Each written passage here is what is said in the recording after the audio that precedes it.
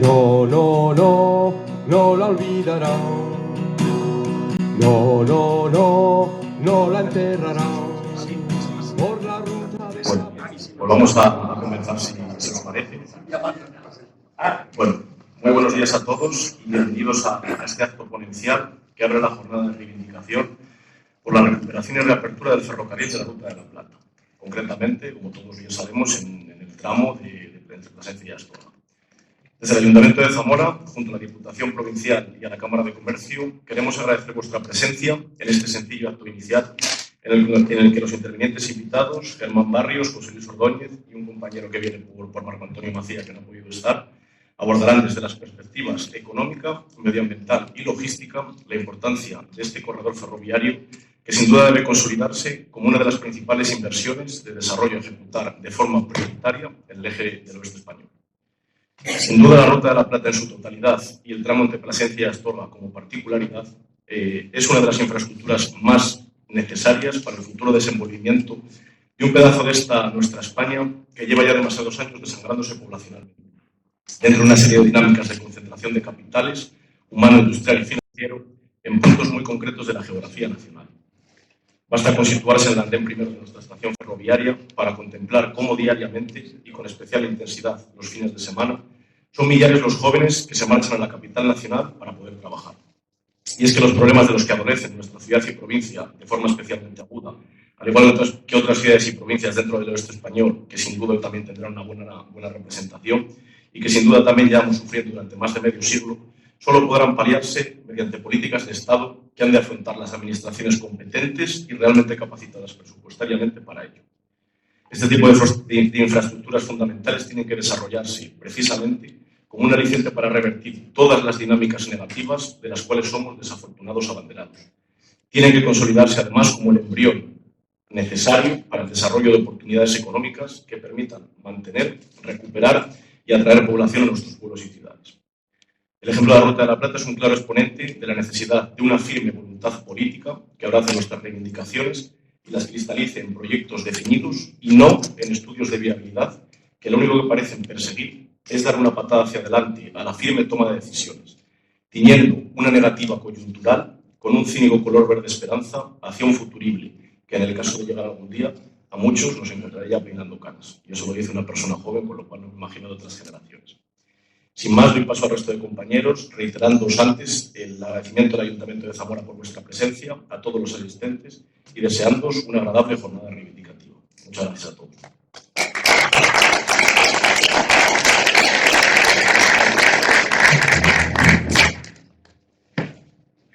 Gracias, Pablo, del Ayuntamiento de Zamora. Buenos días, sean todos bienvenidos a estas ponencias técnicas. Muchas gracias por asistir y en especial a todos los que hoy han tenido que madrugar y ponerse en carretera. Esperamos que su estancia en Zamora les deje con ganas de volver, pero la próxima vez solo para disfrutarla. Antes de comenzar, quisiéramos recordar que en solo unos días celebramos el 160 aniversario de la llegada del ferrocarril a Zamora, con la conexión ferroviaria de Medina del Campo con nuestra ciudad. Por otra parte, nos gustaría recordar a todas aquellas personas que lucharon por la reapertura del ferrocarril Plasencia-Astorga y que desgraciadamente se quedaron en el camino sin haber podido cumplir este propósito. En estos casi 40 años han sido muchas, pero hoy quisiéramos destacar la figura de tres de estas personas sobradamente conocidas y que recordamos con cariño: Agustín García Calvo, Luis Aliste Santos y Antonio Melón Díez. Un recuerdo para todos y la esperanza de que nosotros, algún día no muy lejano, sí podamos ser testigos de esta aspiración. Dadas las limitaciones de tiempo que tenemos, vamos a intentar ceder el mayor tiempo posible a los ponentes. Quiero empezar dando las gracias al personal de este colegio universitario y a su propietaria, la Diputación de Zamora, por cedernos este maravilloso espacio, además de invitar e inculcar a las instituciones pertinentes la importancia de su asistencia. Igualmente, quiero dar las gracias a la Cámara de Comercio de Zamora, que de la misma manera han invitado y animado a empresarios de la zona y cámaras colindantes, y también al Ayuntamiento de Zamora, que ha aportado toda la campaña publicitaria, escenario, logística, tráfico, y han hecho las invitaciones oportunas. Gracias por separado, pero también juntos. Gracias porque estas ponencias y la concentración son el trabajo de muchos días, de reuniones, de intercambio de pareceres y propuestas. Y aunque sea deporte nacional criticar políticos, hay que aplaudirles y estar orgullosos cuando lo hacen bien. Y tenemos que decir que el ambiente de trabajo y de unión ha sido envidiable. sin el yo, sin el lo mío, sin mis colores y banderas, siempre aportando. Gracias. Gracias también a las plataformas históricas, Movimiento por el Tren Ruta de la Plata y Corredor Oeste, impulsores y coordinadores incansables. Tenemos en esta mesa a su presidente, pero quiero agradecer también, aunque sé que ellos no quieren, pero a título personal lo voy a hacer, a Chema, a Eduardo, que están ahí entre el público, que calladamente hay que agradecerles las incontables horas que me consta han trabajado en los actos del día de hoy.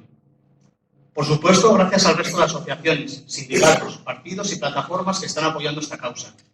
La Asociación Ferroviaria Zamorana, como anfitriones esta vez, esperamos representarlas a todas, porque todos sumamos si todos vamos en la misma dirección, o como dirían en el argot ferroviario, si todos vamos con los dos pies por dentro de la caja de la vía. No conozco a todos, pero gracias, no sé si está por aquí Sisto, siempre aportando desde la cordialidad. Perdonadme porque es casi imposible nombrarlos ahora a todos, pero después la Plaza Mayor, Solange Jarquín, portavoz de las plataformas convocantes de todo el este peninsular, pondrá voz a todos vosotros. Pero si hay que dar las gracias a alguien por este acto, es sin duda a los tres ponentes, aunque lo haremos en breve individualmente. Seguramente se sientan identificados las plataformas y asociaciones, especialmente las relacionadas con el mundo del ferrocarril, si les contamos que la Asociación Ferroviaria Zamorana, cuando defendíamos casi en solitario este corredor, nos acusaban de defender lo indefendible porque nos cegaba la pasión por el ferrocarril. ¿Se identifican? Es por ello, y porque nadie es profeta en su tierra, que estamos en este Paraninfo para escuchar a personas de prestigio profesional que nos aporten argumentos y datos objetivos, sin sesgos ni ideológicos ni sospechosos de pasionales. Esto último, hasta donde se pueda, siendo comprensivos, ya que quien tantas horas dedica a un trabajo, seguro que algo de pasión le acaba poniendo, pero bendita pasión. La mayoría de las personas que no somos administrativos, políticos o ingenieros de obra civil, podemos confundir términos como estudio de viabilidad, estudio informativo, anteproyecto, o podemos ser engañados sobre reglamentos para petición de fondos europeos, plazos de ejecución de inversiones. Escuchemos entonces a los profesionales. Vamos a comenzar hablando de la importancia social y económica de este corredor, importancia que no empieza ni termina en los confines del territorio entre Plasencia y Astorga, sino que afecta a toda la mitad occidental de este país, incluso a Portugal, como seguro nos expondrá el primer ponente, Germán Barrios. Barrios es presidente de la plataforma Corredor Oeste, es consejero de Industria de la Junta de Castilla y León, es presidente del Consejo Económico y Social de Castilla y León y es vicepresidente de la Red Transnacional Atlántica. Su ponencia se titula La Ruta de la Plata como eje fundamental de vertebración del corredor atlántico en la Unión Europea. Germán no lo sabe porque nos hemos conocido esta mañana, pero yo le escuché hace unos meses una entrevista en el canal Viajando Contigo. Y a mí, que me gusta escuchar siempre con espíritu crítico, tengo que decir que me pareció muy interesante la cantidad de datos y argumentos objetivos que expuso. Démosle un aplauso de bienvenida. Buenos días a todos. Muchas gracias a todos por su asistencia. En primer lugar, me van a permitir en el capítulo de agradecimientos que agradezca al Ayuntamiento de Zamora, a la Diputación de Zamora y, por supuesto, a la Cámara, que está aquí su presidente de Zamora, y al resto de las asociaciones que nos están apoyando en el tema de la Ruta de la Plata y el eje oeste y su importancia para integrar dentro del corredor atlántico, y en especial al grupo al que represento, al corredor oeste Ruta de la Plata, que están todos mis compañeros de Extremadura, de Badajoz, de Cáceres, también mis compañeros de Salamanca y de otras provincias de Castilla y León aquí con nosotros. Y hoy se ha hablado de dos personas, de Chema y de Eduardo, que han logrado aglutinarnos hoy en Zamora aquí a todos, ¿no? Mi felicitación y mi agradecimiento. Bueno, voy a entrar en materia. Yo me voy a levantar. No sé si se me va a escuchar porque no tengo micrófono inalámbrico, pero si no se me escucha me lo dicen y me siento. ¿Por qué estamos defendiendo la inclusión de la Ruta de la Plata dentro de un corredor europeo, dentro del corredor atlántico? Con una razón fundamental. Es que esto genera una fuente de progreso y una fuente de riqueza para todo el oeste peninsular. Entonces, lo primero que tenemos que saber es cuál es el Padre Nuestro de los corredores y de las líneas europeas, porque estas líneas llevan cofinanciación europea y hacen más fácil que estas infraestructuras se realicen. Lo que quiere Europa es hacer una red transeuropea de transportes, con un fin, con un solo fin: hacer un mercado único realmente competitivo. Y cuando decimos tener un mercado único realmente competitivo es que pueda soportar las tensiones que las hemos vivido con la crisis del 2008 o con la crisis de la pandemia o con las crisis de las guerras actuales, pueda soportar las tensiones de los mercados del sudeste asiático, de los mercados chinos y de los mercados americanos. Pero si sabemos qué quiere hacer Europa, lo importante es saber cómo lo quiere hacer Europa, esta red. Y lo quiere hacer de dos maneras, uniendo a través de ferrocarril y carreteras, puertos, aeropuertos, centros logísticos y terminales de mercancías. Pero el cómo lleva una peculiaridad, y es que hay cuellos de botella. Y estos cuellos de botella hay que evitarlos. En España el principal cuello de botella es la Comunidad de Madrid.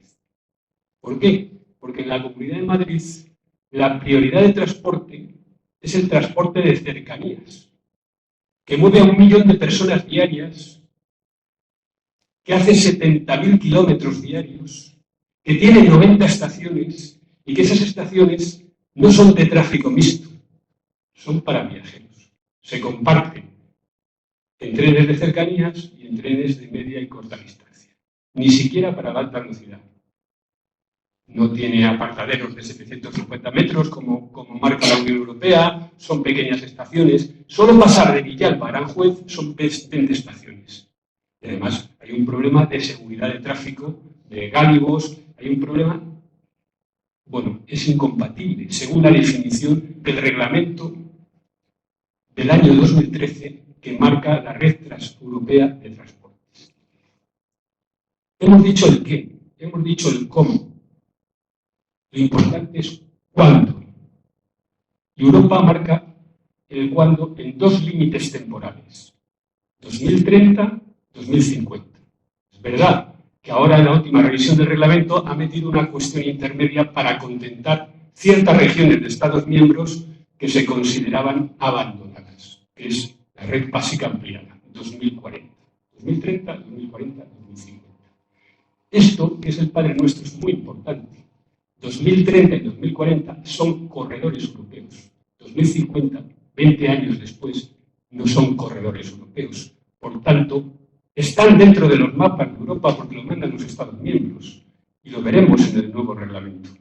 Pero no tienen definición de corredor, porque no es el eje básico de Europa y por tanto no tendrán financiación en el marco presupuestario 21-27 ni en el siguiente. Yo no digo luego ya más allá. Eso quiere decir que no cogemos el tren del progreso, que habremos postergado comunidades como Asturias, Cantabria, Galicia, Castilla y León, Extremadura y todo el oeste de Andalucía 20 años después. Y cuando la industria no tiene oportunidad, se va a otra zona y se deslocaliza. Y eso es menos empleo, eso es empleo de menos calidad y eso es menos futuro para nuestros hijos. Esto no nos importa a los que estamos aquí, que también. Esto importa a los que vienen detrás. Es la oportunidad de darles un factor de progreso, un factor de riqueza en 5 ejes. 1, transporte de personas. Mejoramos la calidad de las personas. Transporte de mercancías, reducimos los costes logísticos. Lo principal de reducir los costes logísticos es que reducimos los precios de producción hasta en un 20%, porque los recursos endógenos llegan más fácil a nuestra tierra y los productos que elaboramos desde nuestras fábricas llegan más fácil al destinatario y de manera más barata. Estamos reduciendo los costes de producción. Los costes de producción, lo habrán oído algunos de mis compañeros, se reducen de 3 maneras. Reduciendo salarios, cosa que no queremos nadie en un país moderno, metiendo más conocimiento, más inversión en tecnología o más infraestructuras y más D, más I, investigación, desarrollo e innovación, o reduciendo costes logísticos o costes eléctricos. Y el corredor atlántico supone reducción de costes logísticos y costes eléctricos. Según nuestros estudios financieros, de nuestros expertos en cuestiones económicas y en tablas financieras, la reducción de los costes sería un 20%, porque estaríamos afectando lo que se llama desarrollo dentro de esta ecuación. Y el tercer eje de la reducción de de la mejora de productividad en una empresa y, por tanto, aumentaríamos la competitividad. Imagínense lo importante que es esto. Y el para qué, ya lo he venido diciendo, es para reforzar la cohesión social. Mejoramos la calidad de vida de las personas, transporte más rápido, oportunidad de vivir en esta zona. Vertebramos el territorio, comunicamos desde Gijón hasta Sevilla, Huelva, Cádiz, Puerto de Algeciras, Sines en Portugal, pasando por todas nuestras comunidades del oeste peninsular. Y, por supuesto, es un refuerzo económico importante para este territorio. Territorio despoblado que, si generamos oportunidades, vendrán industrias, generaremos empleo, generaremos más localización de empresas, lo contrario a la deslocalización, y, por tanto, lo que estaremos haciendo es dando oportunidades a la zona de la Ruta de la Plata y del oeste peninsular. Pero vamos a ver qué son los corredores, porque en esto el Padre Nuestro no está muy claro y hay mucho engaño. Los corredores son 9. El que nos afecta a nosotros es el que está en amarillo. Este es el último mapa que se aprobará por el Parlamento Europeo y que se ha aprobado por una comisión mixta de la Comisión Europea y de europarlamentarios. Y será probablemente el definitivo. Bueno, aquí ustedes en este mapa ven una cosa que la voy a enseñar en un mapa más concreto, es que a España le corresponden 2 corredores, el corredor mediterráneo y el corredor atlántico. El corredor mediterráneo, no me levanto porque es que no tengo micrófono inalámbrico. El corredor mediterráneo está muy bien diseñado. Tenemos la César Augusta, que ya inventaron los romanos, que es el corredor mediterráneo, y que va desde Algeciras hasta el sur de Europa. Sur de Europa me refiero al sur de Europa, al resto del sur de Europa que no es España. Me refiero a Grecia, a Italia y a los países del sur de Europa de la zona este europea. Y que cuando tiene que ir a Madrid va desde Algeciras, va desde Valencia, va desde Barcelona, incluso hay un tránsito entre Zaragoza y Valencia que se ha incluido nuevo a través de esta revisión del reglamento. O sea, tenemos una España circular por el Mediterráneo y tenemos una España radial. Cuando vamos al corredor atlántico, vemos que en España no se ha diseñado igual. Hay un error de base. Tenemos una España absolutamente radial. Todo el corredor atlántico tiene que pasar por Madrid, todo tiene que pasar por Madrid. Vengamos de Algeciras, vengamos de Huelva, vengamos de Sines, vengamos de Lesoe, Soporto, vengamos de La Coruña, Bilbao, o vengamos de München, en Alemania, o de Hamburgo, o de Rotterdam. Si a esto metemos la alta velocidad, las cercanías, la media y la corta distancia, y todo el tráfico mediterráneo, todos los trenes confluyen en Madrid. Un cuello de botella. En Madrid no se pasa del norte a sur. Porque ya lo he dicho, hay 1.385 circulaciones diarias de cercanías que mueven a 1 millón de personas y que es lo importante en Madrid. Y es lo que le da dinero a Renfe. Y que ya sabemos las tensiones que está sufriendo porque es absolutamente ineficaz el transporte de cercanías. Está generando, necesita mayores inversiones. ¿Cómo vamos a meter las mercancías por ahí? O hacemos un bypass o hacemos una España circular, una España mallada, como dirán los profesionales. Tenemos que hacer una vía que vaya de Sevilla, que venga por Mérida, Cáceres, Plasencia, que llegue a Astorga, León, Gijón. Lo mismo que en el Mediterráneo. Tenemos una rueda que está perfectamente hecha por el este, pero que no está hecha en el oeste. Que tiene los radios hacia el centro de Madrid, pero que no se ha desarrollado lo que es la Ruta de la Plata que tenían los romanos. César Augusta, el Mediterráneo, Ruta de la Plata, Corredor Atlántico. Entonces, por eso es importante que esté la Ruta de la Plata, nuestro eje oeste, en el Corredor Atlántico. Bueno, estos son todos los objetivos que conseguiríamos si estuviéramos en el Corredor Atlántico. Aumentar la productividad y la competitividad, que lo he dicho. Pero esto no es un proyecto solamente de región, es un proyecto de país. Y cuando hablo de país, es un proyecto de la Unión Europea.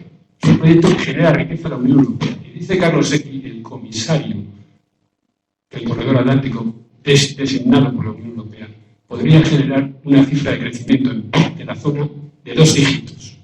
Cuando digo 2 dígitos estoy diciendo un 12%, y generar 1 millón de empleos. Estamos hablando de que los efectos económicos, que son muy positivos para la zona donde haya un desarrollo del eje atlántico, podría ser una palanca económica que por cada euro invertido, según los estudios económicos de los profesionales de la Unión Europea, podría generar 5 euros de retorno. O sea que estamos hablando de algo absolutamente positivo. El corredor atlántico, como he dicho, lo que une es puertos, terminales de mercancías, centros logísticos, y une desde München y desde Estrasburgo, con los grandes puertos del eje atlántico, que es Rotterdam, Amberes y Hamburgo, hasta Algeciras, Sines, Huelva, Cádiz, pero no pasamos por Madrid. Y la prueba de que no pasamos por Madrid es que se encargó a los ingenieros de la Unión Europea,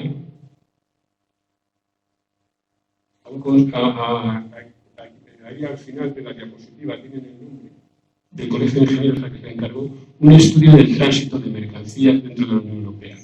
Hay un tránsito en la columna vertebral desde Rotterdam, desde Estrasburgo y desde Hamburgo. Hay un tránsito fuerte por todo el eje atlántico francés y cuando llegamos a Madrid vemos que no hay tránsito. Por ese cuello de botella. Las mercancías no pasan. Se pasan en camión, pero no en ferrocarril. Hay un tránsito importante hacia el puerto de Lisboes, y ahora va a haber hacia el puerto de Sines, que es la puerta de América, pero no hay tránsito hacia los puertos de Algeciras, hacia los puertos de Huelva, hacia el puerto de Cádiz. Algeciras mueve 14.000 contenedores diarios. Y hay que bajar la madera de Galicia, la siderurgia de Asturias, el cemento del Bierzo, la industria agroalimentaria de todo el norte de Castilla y León. En Extremadura tenemos el polo y los recursos más importantes de litio de todo el país, que es donde es la materia prima básica para las baterías y para los coches eléctricos. El mayor productor de energías limpias es Extremadura, Castilla y León y Andalucía.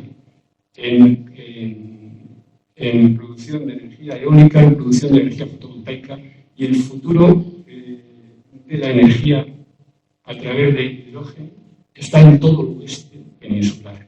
Y este vector de riqueza hay que transportarlo, porque podemos transportar por ferrocarril gas natural licuado, bajando en esos contenedores el gas a 160 grados, aumentamos el volumen en un 300%.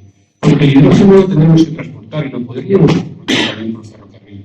Muchísimo menos costosos que el Bizcaz o que las tuberías que se quieren hacer debajo del Mediterráneo. Y daríamos seguridad y competitividad energética a toda la Unión Europea e independencia.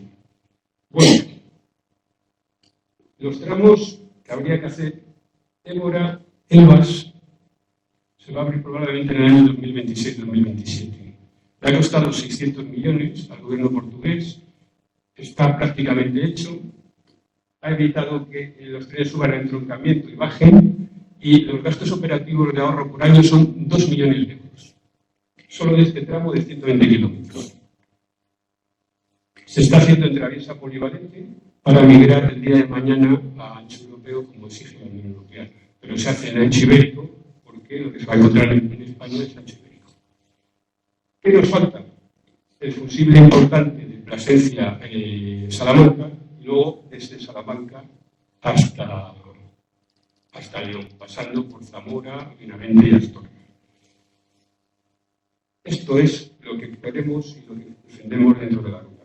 Voy terminando, porque me dicen que voy mal. Estos son los mapas de la Unión Europea. Lo he traído porque generan muchas dudas.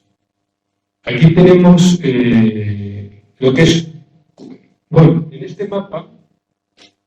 este mapa primero, estos son corredores. Lo que no está aquí no es corredor. Por tanto, corredor es lo mismo y es sinónimo de red básica. Red global no es corredor. Como veis, por ejemplo, red global sería la Ruta de la Plata, no está pintada aquí.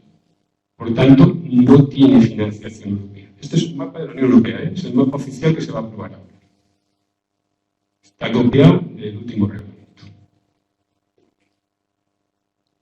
Vamos a los mapas de la Unión Europea, que afectan a España. Como veis en inglés, el mapa original, corredor atlántico, transporte de mercancías, transporte de ferrocarril. El primero es transporte de mercancías, el segundo es transporte de ferrocarril. Perdona que me levante. A lo mejor se me escucha mal para si se está grabando en streaming, pero lo que me importa es que los oyentes. Antes teníamos transporte mixto en Extremadura, a través de la línea de alta velocidad. Europa ha dicho que no es. Que por donde va la alta velocidad no puede ir.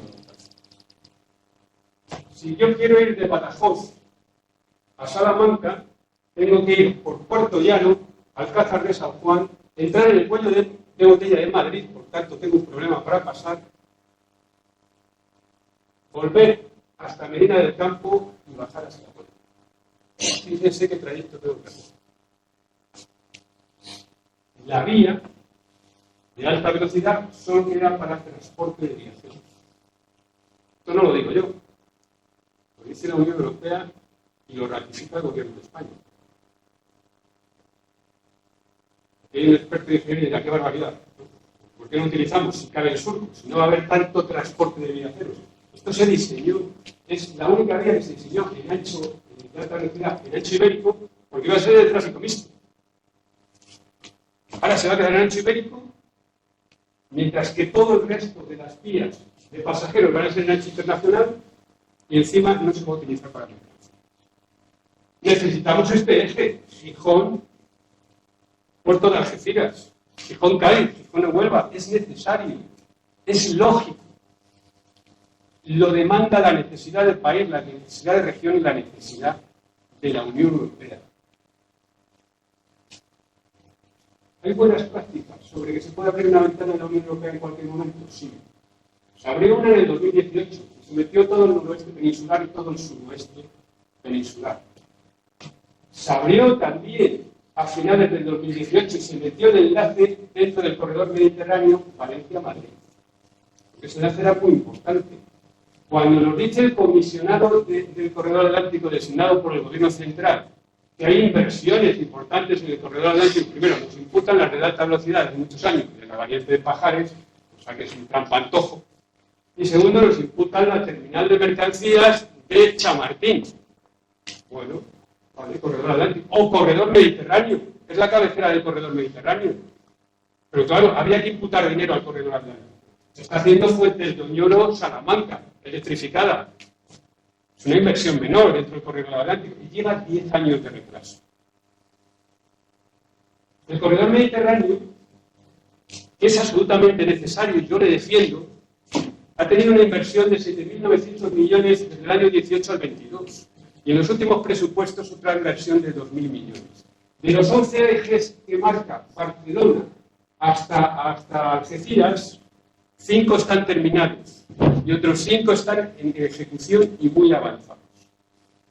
Según José Vicente Borràs, el comisario del Corredor Atlántico designado por el Gobierno, junto con los empresarios de la zona y los gobiernos autonómicos de la zona, que no es lo mismo que pasó en el Corredor Atlántico, esto podría estar terminado, no todo, porque él sabe que no se va a concluir todo, pero el eje central en el año 27. En el Corredor Atlántico no hemos empezado. Ni siquiera hemos metido esto. Se metió el eje dentro de estas ampliaciones de Valencia, Teruel, Zaragoza. Se metió en este último reglamento, se va a meter Burdeos-Toulouse, se va a meter Tours-Lyon, Lyon-París, se va a meter la autopista del Mediterráneo a Nantes, desde Nantes al Coro, o desde París hasta Dublín. Esto es muy importante, porque no la del Mediterráneo, desde Bruselas como la Homo a Irlanda. Ya no digo Inglaterra, porque no está dentro de la Unión Europea, pero también es muy importante esa autopista. Claro, porque no tenemos este eje.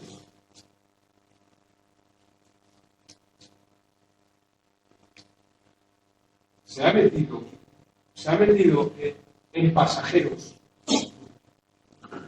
en mercancías, que me diga Santander, Valencia, que se ha metido en viajeros de Isores, o Porto, que me diga, o Porto Vigo. ¿Por qué no se podía haber metido en la ruta de la plata? Esto es re básica ampliada. Esto que está en un mapa así y en otro no. ¿Por qué no se podía haber metido? Podría haber metido. Esto no tenemos que generar competencias entre regiones. Que se haga el corredor mediterráneo cuanto antes mejor. Pero en la España impléjica quiere decir que si hay inversiones para un lado, también se necesitan para el otro. Porque no va a haber un alto desarrollo en una zona y una deficiencia de desarrollo en otra. Y tampoco estoy de acuerdo con la competencia entre provincias. Este proyecto no tiene nada que ver con los soterramientos, como he leído. Los soterramientos tienen otras casuísticas y otras financiaciones. Y no tienen nada que ver, porque aquí hay financiación suficiente. Nunca ha habido un marco presupuestario tan elevado dentro de la Unión Europea. Hay 2 billones de euros. Este es el plan Marshall para Europa y para los corredores. Para los corredores hay un mecanismo, que es el mecanismo Conecta Europa, con 43.800 millones de euros y que el año pasado se dejó, en el marco presupuestario anterior, en el que terminó el 27, se dejaron dineros sin invertir, sin cofinanciar. Hay fondos estructurales y fondos de desarrollo muy importantes y hay comunidades que están todavía en objetivo 1, en objetivo convergencia, como son Extremadura, Andalucía, Asturias. Bueno, Asturias está en periodo de tránsito y Galicia también está en periodo de tránsito. Castilla y León es objetivo 2, es objetivo competitividad de empleo, pero también es periodo de tránsito. Entonces, puede haber cofinanciaciones importantes de hasta el 60%, y hay 18.500 millones del Gobierno de España solo para fondos estructurales para esas regiones, para esas 3 regiones. Hay fondos de Next Generation para clima, transporte y energía. Hay 77.000 millones a fondo perdido en España y 70.000 millones a través de créditos blancos del Banco de Inversión. O sea, estamos hablando de que dinero hay, lo que pasa es que hay que cofinanciar. El Gobierno de España tiene que poner una parte. Hay fondos InvestEU y hay fondos Horizonte. En total hay más dinero que nunca. O lo aprovechamos ahora o no lo hacemos nunca. Y hay que coger el tren del progreso. El tren del progreso es la ruta de la plata del oeste peninsular. Bueno, la Unión Europea solo marca una serie de requisitos para esa cofinanciación y están en los corredores. Corredor, red básica. Red global no es corredor, no tiene financiación. 22,5, ya acabo, ¿verdad? 22,5 de carga por eje. Ancho internacional o ancho ibérico contra vieja polivalente. Es verdad que nosotros tendremos que hacer el ancho ibérico porque nuestra infraestructura es de ancho ibérico y tendríamos problemas de interoperabilidad. 750 metros mínimo de los apartaderos, pero nosotros, como nos demostraron los ingenieros, podríamos hacer un tránsito de hasta 1 kilómetro, de hasta 1.000 metros, con lo cual podríamos cargar cientos de camiones en un ferrocarril y la reducción de costes logísticos de nuestras empresas sería muy superior al 20%. Electrificación de la zona y a una tensión de 25.000 voltios. 25.000 voltios es una barbaridad de tensión, por eso las locomotoras pueden llevar tanto peso y tanta velocidad. Y la Unión Europea exige que la velocidad, primero exigía 100 km por hora, ahora la ha migrado a 160 y nuestro proyecto habla de 200 km. El primer estudio de ingeniería que hicieron los ingenieros profesionales de la Junta de Extremadura, compañeros nuestros, hablaba de haciendo vía doble desde Plasencia haciendo plataforma doble con vía única y con los requisitos de la Unión Europea, hablaba de unos 900 millones. La opción barata eran 700 millones, la opción cara eran 900 millones. Y Alberto va a contar lo que costaría el resto de la vía, que costaría lo que habría que hacer, que es bastante barata, porque se utilizaría casi el 90% de lo ya existente entre Salamanca y León. Yo les agradezco mucho que hayan estado con nosotros. Quédense claro con el Padre Nuestro, qué es red básica, qué es corredor, por qué hay que estar dentro del eje atlántico, porque necesitamos la financiación europea para llevar proyectos a cabo. Muchísimas gracias por su atención.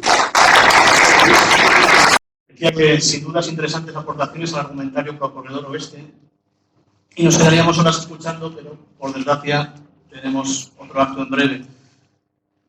A pesar de que varios de los mantras que íbamos escuchando en los últimos años, sabemos de cualquier gobierno nacional europeo, son la Agenda 2030, la emergencia climática, la descarbonización, el reciclaje, la economía circular, parece que solo quieren traducir en más impuestos y a pesar de que la Unión Europea recomienda apostar por el ferrocarril, incluso recuperar servicios nocturnos, cada vez usamos trenes con mayor consumo, mayor desgaste en la infraestructura y achatarramos o malvendemos trenes que todavía tienen mucha vida útil.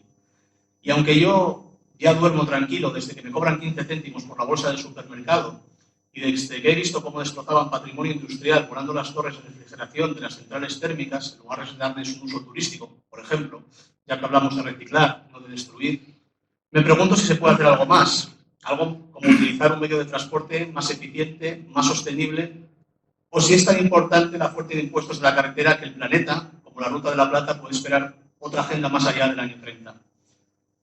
Para hablar de sostenibilidad contamos hoy con José Luis Ordóñez, de la Coordinadora Estatal Tren Público, Social y Sostenible. Su ponencia se titula Un tren para vertebrar Europa y enfriar el planeta. Retos y posibilidades en la Unión Europea. Démosle también un aplauso de bienvenida.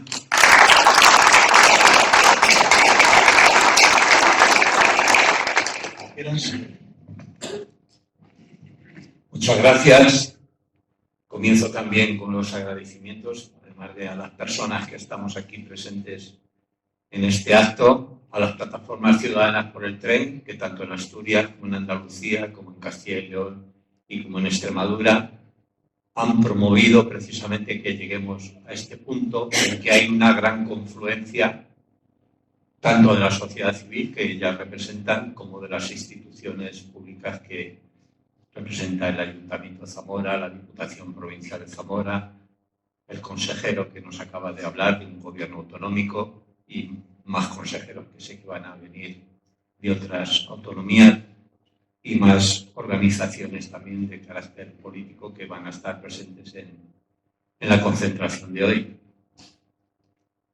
Aparte de eso, estas plataformas ciudadanas por el tren, que usan el paraguas de esta coordinadora estatal, pues tratan de llevar racionalidad y criterios básicos elementales de por qué, para enfriar el planeta, para atender la situación de cambio climático que necesitamos evitar por el uso excesivo de combustibles fósiles, como el tren, debido a la poca energía que necesita para hacer su servicio de transporte, mucha menos que el barco, que el avión o que la carretera, es un elemento clave precisamente para la transición ecológica que tiene que abordar la sociedad española dentro de la Unión Europea.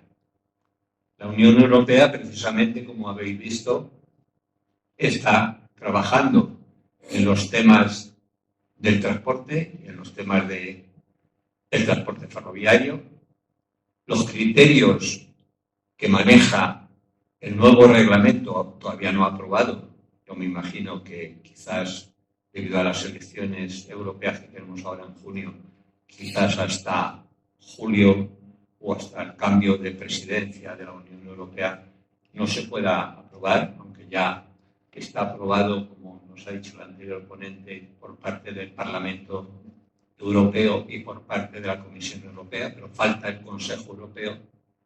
Entonces me imagino que se publicará este nuevo reglamento de orientaciones de la Unión Europea para las redes transeuropeas de transporte. Se aprobará en julio o quizá en agosto o septiembre, después de que se haya constituido a lo mejor la nueva Comisión Europea.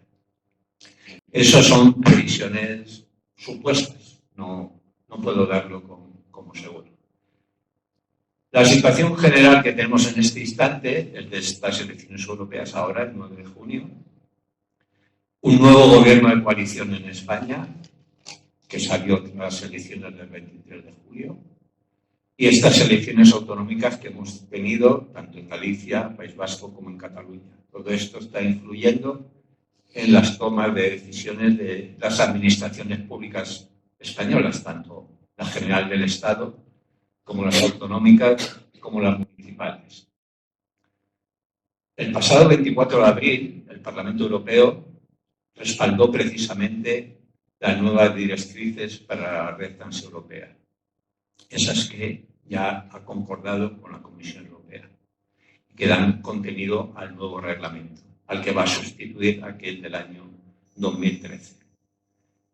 En este nuevo reglamento aparece la red básica ampliada.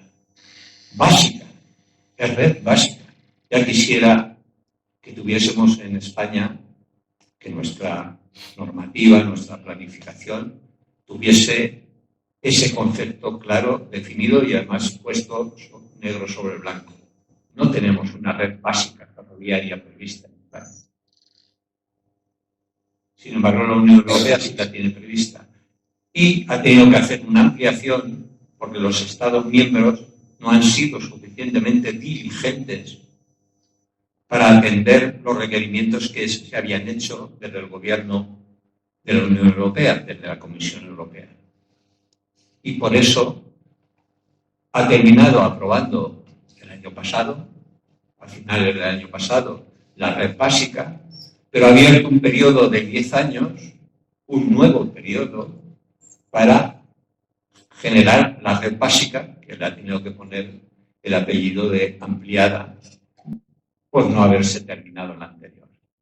Si durante la preparación de la red básica que se acaba de aprobar el año pasado ha habido propuestas aceptadas hasta el último minuto, tenemos una oportunidad muy grande para la Vía de la Plata, para la Ruta de la Plata, de lograr que entre en la red básica ampliada, porque tenemos de forma equivalente hasta el año 2033, porque si hasta el 2023 se estuvo trabajando lo que se va a poner en servicio en el 2030, si la red básica ampliada se va a poner en servicio en el 2040, tenemos hasta el año 2033 para lograr que se introduzcan infraestructuras y servicios en la nueva red, la básica ampliada. Es la nueva red básica. Por otro lado, en la nota de prensa del Parlamento Europeo, cuando dio a conocer este acto, ha hecho hincapié en un tema muy importante. Para ese nuevo reglamento, alta velocidad en la Unión Europea son las velocidades máximas situadas entre los 160 y los 200 kilómetros hora. Velocidades que desde un punto de vista energético son muy importantes porque reducen el consumo energético en el transporte ferroviario, lo cual, si el transporte ferroviario pasa a ser la columna vertebral del sistema multimodal de transporte, hace que tengamos muy buen servicio de transporte con muy bajo consumo energético. Esto es un paso adelante de adaptación del sistema multimodal de transporte en la Unión Europea a la situación de emergencia climática en la que estamos.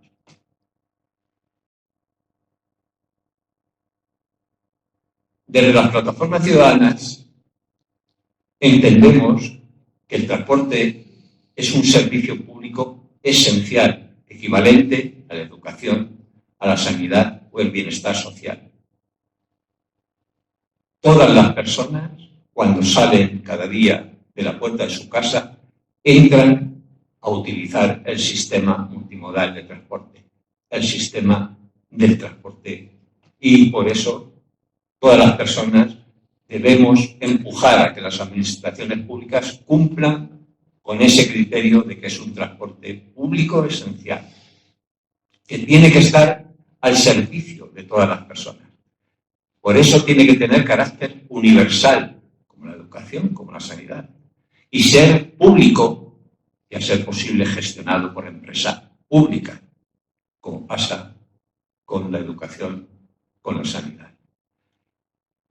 E independientemente de la situación geográfica que tengan las personas, el poder adquisitivo que tengan, la capacidad de movilidad por sí mismos que tengan, el sexo o la edad, universal. Hay mucho confusionismo interesado entre accesibilidad y movilidad. La función del transporte es garantizar a todas las personas de forma universal la accesibilidad a los bienes, a los servicios y al contacto con las demás personas.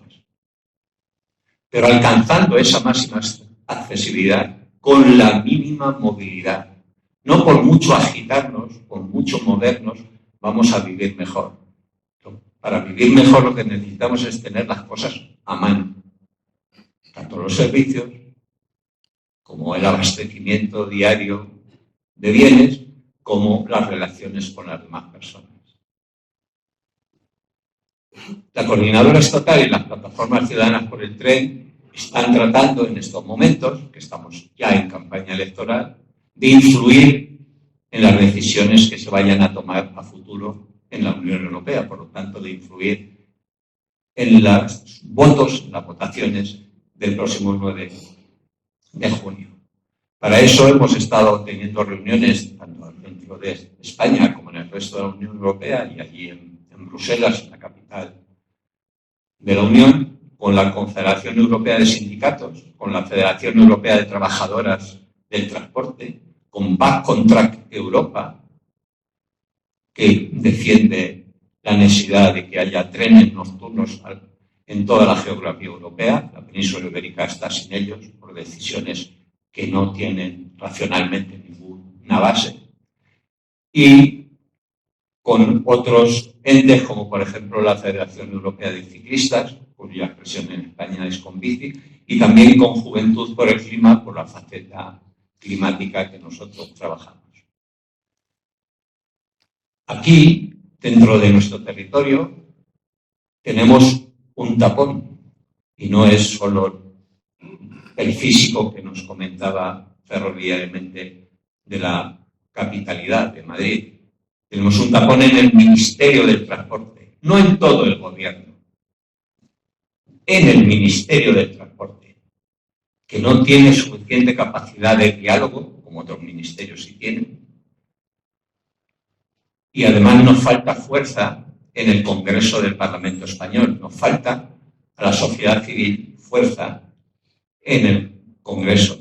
Y por eso, por ejemplo, ha habido una propuesta de una proposición no de ley que no se ha debatido adecuadamente y que se ha votado de mala manera. Y entonces los resultados no han sido los que necesitaba la vía de la planta. Además, surgen también oportunismos con esta. En el ámbito de la política se llama oportunismo a gente que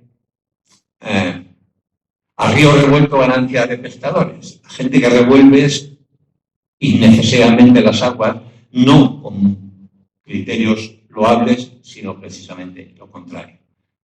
Y esto es lo que desde las plataformas ciudadanas por el tren y su paraguas, la Coordinadora Estatal por el tren, pues queremos exponer hoy aquí, y estamos para hablar de todo y para todo y con todos sobre lo que haga falta del papel del tren dentro del sistema multimodal de transporte. Muchas gracias.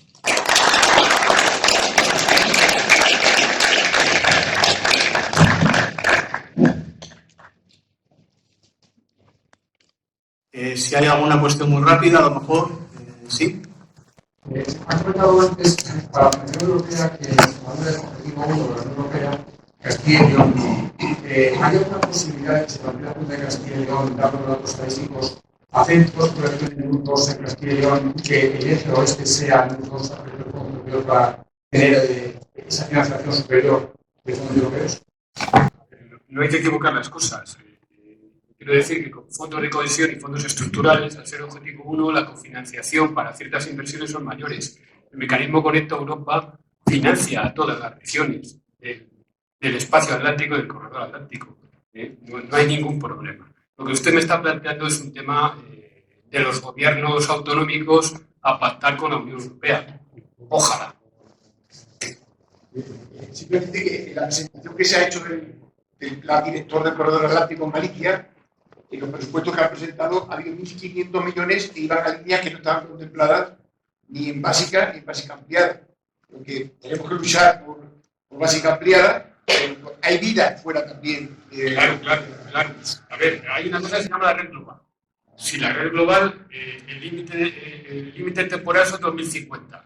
Si el gobierno de España quiere hacer inversiones sin cofinanciación europea, las puede hacer mañana mismo.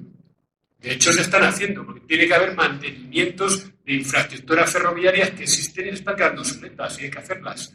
Pero evidentemente, si yo voy a obtener una cofinanciación del 50 al 60%, es más fácil hacer la obra si tengo cofinanciación que no hacerla. De hecho, en el resto de Europa se está cofinanciando casi todo con el mecanismo Conecta Europa. El puerto de Nantes y la conexión de Nantes se ha hecho con mecanismo Conecta Europa. Las conexiones de Tours se han hecho con mecanismo Conecta Europa. Lo vuelvo a repetir. En la estación de Chamartín, para hacer una estación pasante, y la de Atocha se está haciendo con mecanismo Conecta Europa. ¿Me entienden? Pero la red global es lo que va a hacer el gobierno con el marco 2050. Pero evidentemente puede hacerlo mañana mismo, si quiere. Pero es muy difícil. Esto es muy complicado. Sí, Ramón, ya para terminar, nos tenemos que ir. El mayor problema que yo comprobé que comprobamos cuando estuvimos dando guerra por esta línea entre 1999 y 2008 fue que a los dueños del cortijo, las constructoras, etcétera, bueno, los políticos son los capataces del cortijo, no les interesaba una infraestructura súper barata y muy útil para la gente. Así, los 62 kilómetros entre Zamora y Salamanca venían a costar lo mismo que 1,5 kilómetros de AVE con material de segundo uso, como se había hecho la línea Salamanca-Ávila. Por otro lado, creo que es la última oportunidad de poner en servicio los 330 kilómetros cerrados en el 85 y se debe hacer pronto y no esperar a 2030 o 35, porque lo más básico para llevarlo a cabo es el diésel, que en 2016 tuvo su pico de producción. Y hay muchos países que están teniendo problemas con esto. Europa no lo tiene y encima estamos financiando una guerra contra la segunda gasolinera del mundo. Rusia nos está costando 235.000 millones hasta septiembre del año pasado. Si no hay más preguntas, recogemos. Para ir a la Plaza Mayor, algunos de aquí, es salir de frente, dejar el colegio musical a nuestras espaldas, vamos hacia la derecha y al llegar a una pastelería que hace esquina, girar a la derecha y hasta el fondo, llegar a la Plaza Mayor. Vamos a recoger esto. Muchas gracias por venir. Muchas gracias a los ponentes. Encantados.